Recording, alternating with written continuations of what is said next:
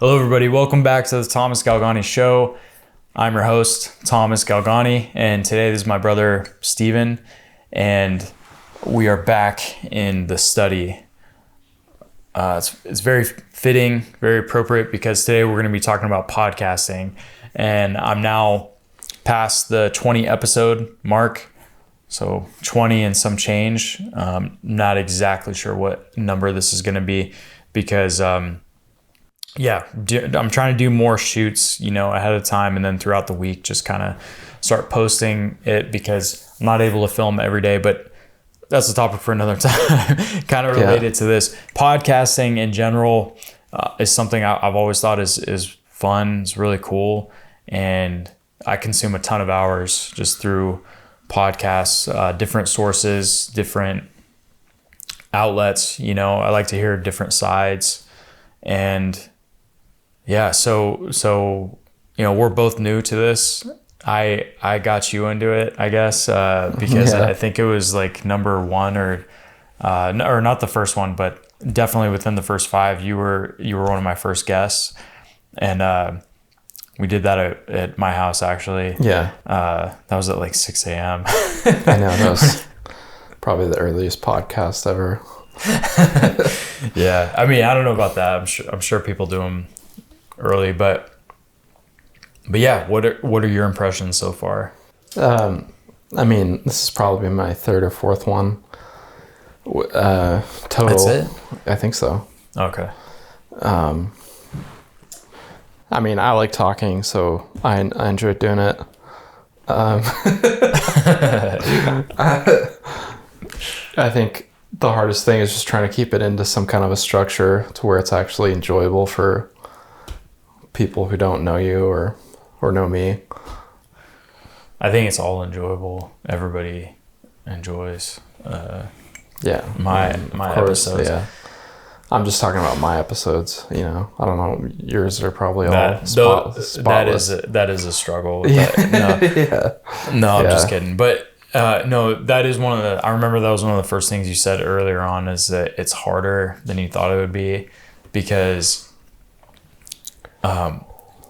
everybody's always on a lot of podcast platforms. You can tell they're just like, yeah, we just want to have a conversation, it's just relaxed. But it's like, well, you're talking into a microphone that's right in front of you.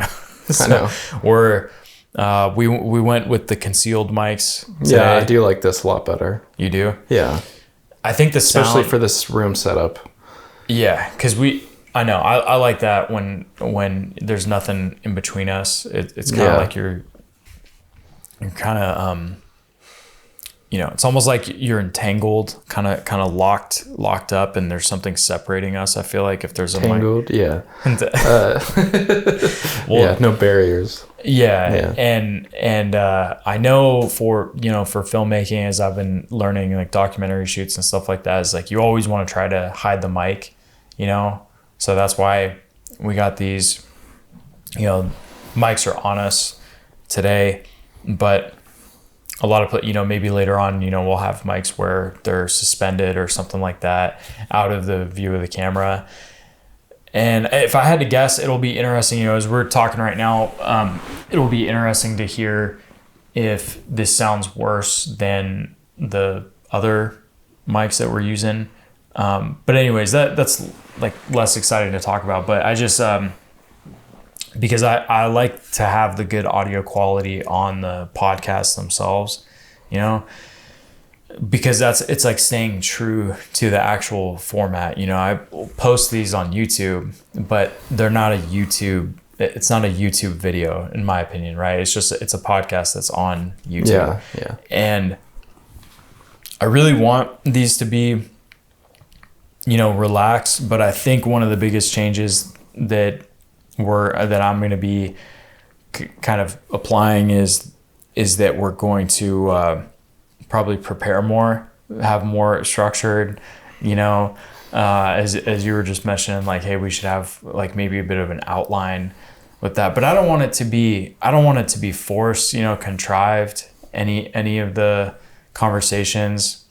I want them to flow naturally if possible. Yeah. But You Well, I agree with that, but I think there's a way to have some structure and still have it flow naturally. because you should also be knowledgeable about is that what you're saying? Like, just you want to sound knowledgeable about the topic, obviously. Yeah. I mean, it's one thing if you're just having me on and you're just having me talk about my life or whatever. There's no structure needed, but if we're trying to break down a movie or something, it would help if maybe we just hit the movie in some kind of a structure where it's like targeted, like beginning, middle, and end, or go by character arcs or something like that. As opposed to you have an idea and then an idea pops into my head and they're both good ideas, but they're like just sporadic and all over the place. Like, oh yeah, I like how that character did that, and then I'll just and I like how this other character did something totally different, not unrelated to what you just mentioned. No, I know what you mean, and I agree. It's almost disrespectful to the audience. It can be really irritating if somebody happens to know the movie that we're going to be talking about, they know it really well. They're going to be disappointed, if we're not like locked on. It's more entertaining when you hear the details brought up that you know so well. So yeah, I get what you're saying. We want it to be cohesive, but yeah, with with podcasting, it's kind of it's interesting because we want to have those conversations, but also have it be digestible for the audience and somebody who doesn't know us and doesn't know what where we're going with all this. But all of the podcasters, like, I don't know if Howard Stern, like if he does intros for his, but his are just they're so conversation based. And same with Joe Rogan. I think he used to do those intros. He would go to the side, like separately from the conversation itself, from the recording, and be like, hey, welcome everybody. My guest today is so-and-so. Now you don't hear that at all. You tune in and they're already in mid-conversation. They're like, what's up, man? Yeah. Good to see you. Or, are we recording? And they'll surprise them with that. And I think that's cool because, you can kind of be invited into, it's almost like you're getting invited into their conversation. Like you're just tuning in. You go for a walk. And because I've been doing more walking lately and stuff, even on runs now. Like I'll listen to podcasts, which I never used to do, but now I listen to them a lot. And so it's fun to just kind of tune in, and then you can listen to these conversations that you feel like are meaningful and they're entertaining at the same time. That one with, just real quick as a side note, did you listen to Tom Segura on the last Joe Rogan? Yeah, I did. Yeah. Dude. What? No, it's just pretty funny, but some of the stuff, it's just funny how every now and then it'll be normal and then he'll say something super vulgar, but it doesn't even faze Joe at all. He's just like, yeah, I know, like whatever it is. Yeah. But yeah, I want it. So also, I guess one of the things we could talk about is like the reason for doing this. Honestly, I just like talking, kind of like what you said. And I don't really think there's anybody on the planet that has the bandwidth to actively listen to me in real life as much as I want to talk about any one of these topics, right? That we talk about. So this way, people can do it silently. They can engage by tuning in, listening, or watching if they want to, get a much better feel for who I am and how I talk about stuff. Because that's one of the things too. Maybe you can kind of police me up on that. Is I don't want it to ever become inauthentic. You know, I want it to stay me. I want to be a better speaker, but I don't want it to be forced, you know, or contrived and stuff like that. So yeah, well, I think sometimes like having an outline or just some kind of a topic goal is a way to help loosen up the conversation, because instead of thinking the whole time, I really hope this sounds authentic or sounds on topic. yeah, You just kind of already know where you're going with the conversation. It's different. You mentioned like Joe Rogan. He doesn't. Who's also a pro. Like, he's done it thousands of times. Yeah. So he's not. Yeah, I mean, obviously, but besides the fact that he's Joe Rogan, he has guests on, and the subject of the podcast is the guest. Yeah, or whatever they have going on. Yeah, but if we're doing a targeted episode on a specific movie or something, maybe it's a good idea to just make sure there's some structure there. I got it. I don't know. I didn't know if you did get it. You're like, yeah, but I want it to flow. No, I agree. I wasn't. Any of that other stuff was not meant to counter the outline. Yeah. Okay. What you were saying. I agree with you. Yeah, it should be. I want it to be more organized for sure.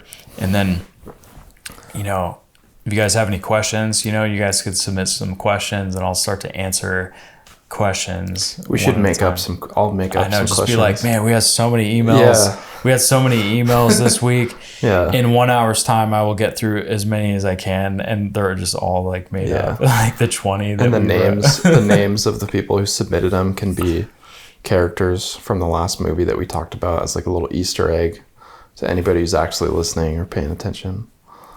But like, yeah, we got this one from Jimmy Wheeler or Jimmy Wheeler, Richie Wheeler. Yeah. Yeah, I don't know. Joe Gandolfini. Yeah, we got this one from Tony Soprano. Yeah. I heard, you know Andrew Tate, that guy. Yeah, I guess he's like nobody cares. Nobody cares about him anymore. Fortunately, I haven't. Why do you say that? I haven't seen it. Well, I just haven't seen too many videos on him or anything. Thank God. But he's just kind of ridiculous. But like, I did think it was funny. I saw when he was on Patrick Bet-David, he was saying that when he was in jail for the last thing in Romania or something, he and his brother realized that they were being they were being taped, like their audio was being taped, and so they just kind of like looked at each other and be like, they just nodded and started talking about the plot from Rush Hour, like, yeah, Ricky Tan is after us and this and that, and it ended up being in the court files, like Ricky Tan was doing this and stuff. Yeah, and Patrick Bet-David was like, "You're joking about that," and he goes, "No, like, look it up. It's in the case files." And then like the other guy, Adam, he looked it up. I think he looked it up on the spot or something like that, and yeah, they had all the characters. Yeah, that's funny. But yeah, there are other times. I mean, there was one time when we did a podcast in here, and then we were just kind of caught. I think we both just kind of lost train of thought for a second. We were like looking at each other like. I don't know. Let's come up with something. Well, like, what are we talking about? God. But no, I was thinking about this is like, it's bringing people in on the inside too. I want to bring more people on the inside, you know, because but that's like, as far as on the inside of my life, the dialogue between us about movies. It can be that, but just, I just mean my thoughts, my commentary in general about whatever is going on. And again, this isn't even me. Like, I know that I'm not, my podcast is not one of those like educational expertise podcasts. If it's something that I know really well, and I'm passionate about talking about, then yeah, I'm happy to talk about it. But in general, this is more of a learning experience for me. I would say that's why I want to do a podcast. I want to have fun and interesting conversations, with really smart people, and then every now and then like have you on it. And I'm just kidding. I'm just kidding. But I mean with people who I don't necessarily know too well. Ideally, that's good. But then also like with you, how we can just kind of sit back and talk, and we happen to know each other because you're my brother. But yeah, just. I don't know. I really like it. I've been enjoying it so far. And would you ever start a podcast on your own? No, I'll be a guest on yours or others. I don't see myself starting one.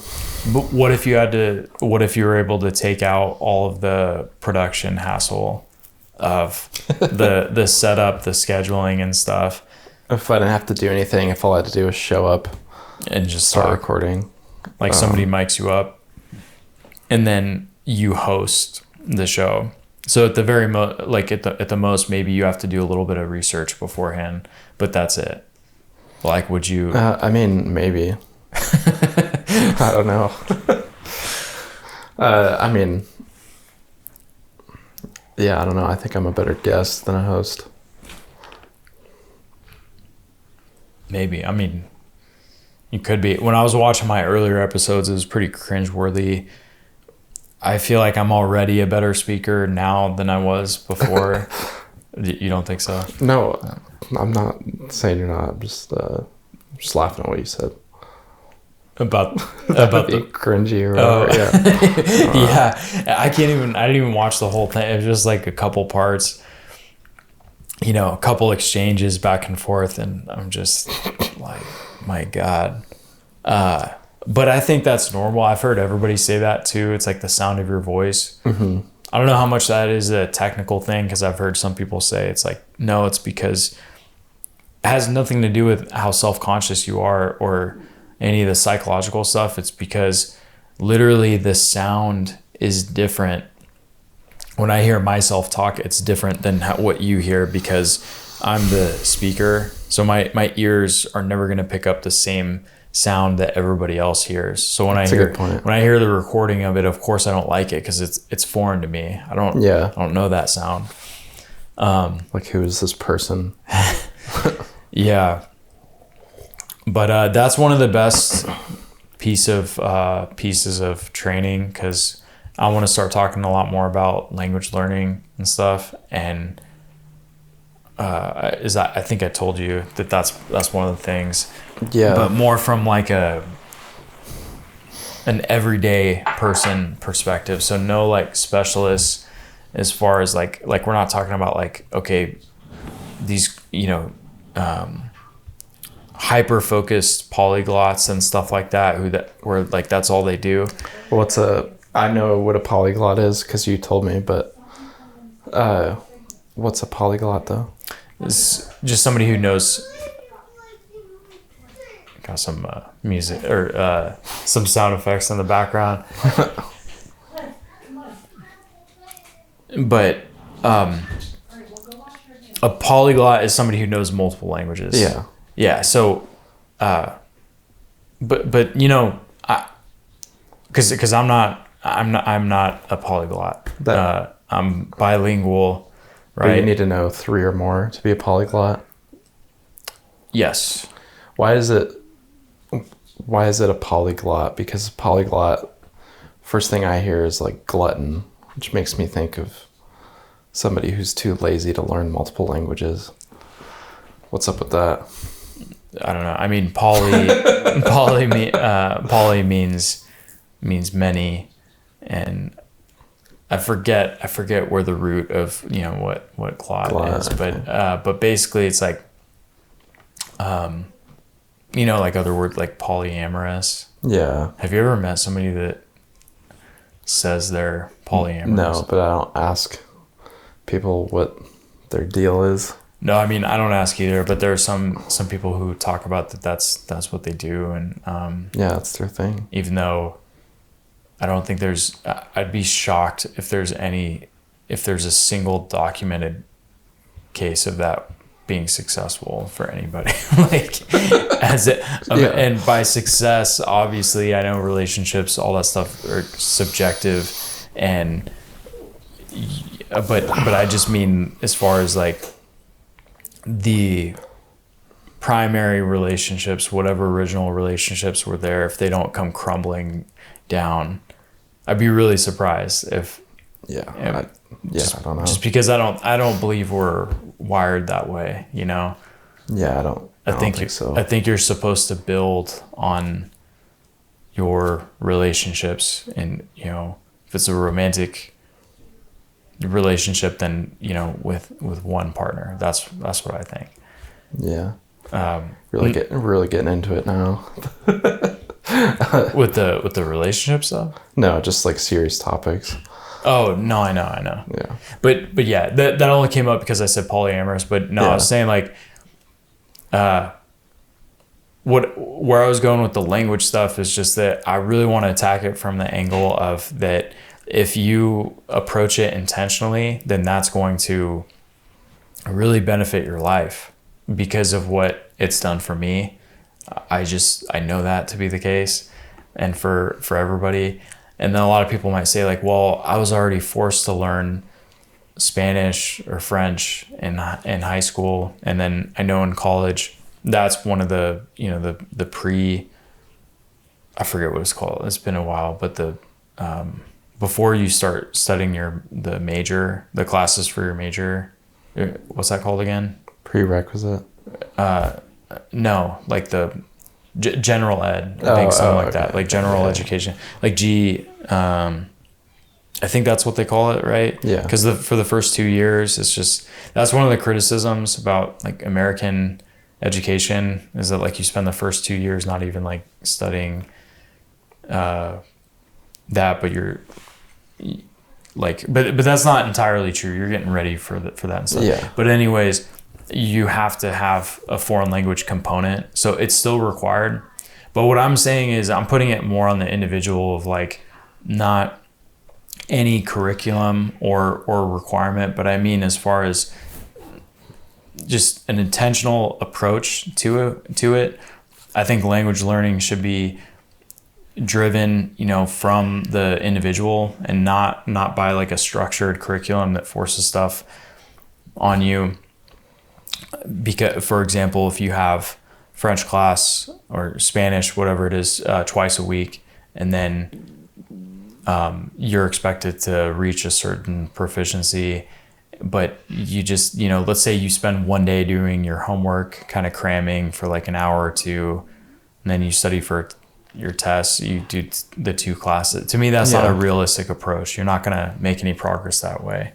Yeah. Because language is like a living, it is a living thing. I heard somebody say on the Lex Friedman podcast that language is alive, that it's a living thing, because it's always changing. And do you listen to Lex's podcast, by the way? Every now and then. Depends on who the guest is. I like him, and I like his show in general. Yeah. But I don't catch every episode. You listen to the Tucker Carlson, right? I think that was the one we talked about. Oh yeah, I did listen to that episode. Yeah. Okay. I couldn't remember because he's done a few, like Tucker Carlson has after he interviewed Putin, but there's all kinds of stuff we can talk about as far as like, but Lex, by the way, that 8-hour podcast, when it comes to podcasting, like that was intense. He did that 8-hour podcast with the whole team of Neuralink. By the way, total tangent side note, because we don't have enough already. Did you see the videos of the Tesla robot? Yeah, it was kind of creepy. The human robot, right? That's my whole point with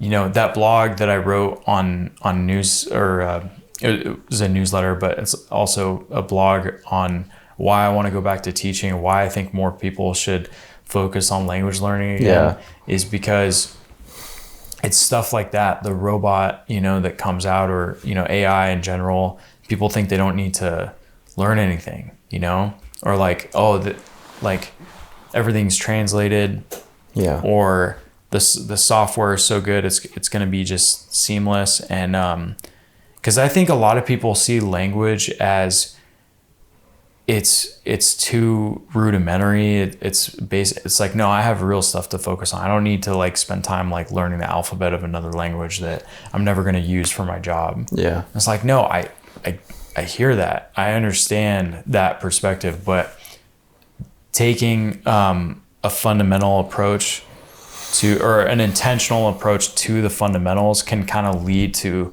the other benefits of stuff. Yeah. All of those points are topics we could cover in another episode, but for today, I feel like we